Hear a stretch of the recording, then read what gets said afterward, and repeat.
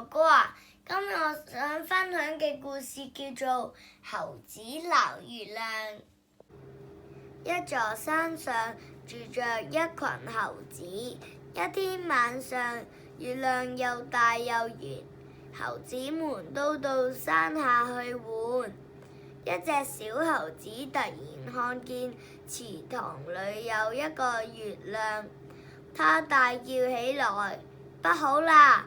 月亮掉進水裏去啦！猴子們聽見了，急忙跑過去看，心急地說：我們快把月亮撈上來吧！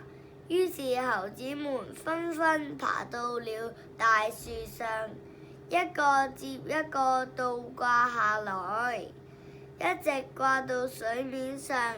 小猴子小心地伸出手去撈月亮，可是撈了半天，什麼也沒撈到。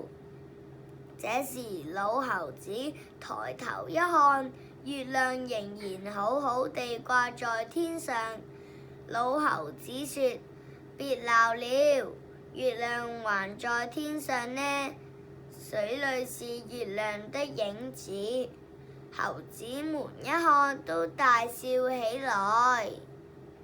我覺得老猴子好聰明啊，只係得佢一個知道池塘裏面嘅月亮係天上嘅月亮嘅影子，所以平時我哋都要多啲留意同埋觀察。下次見，拜拜。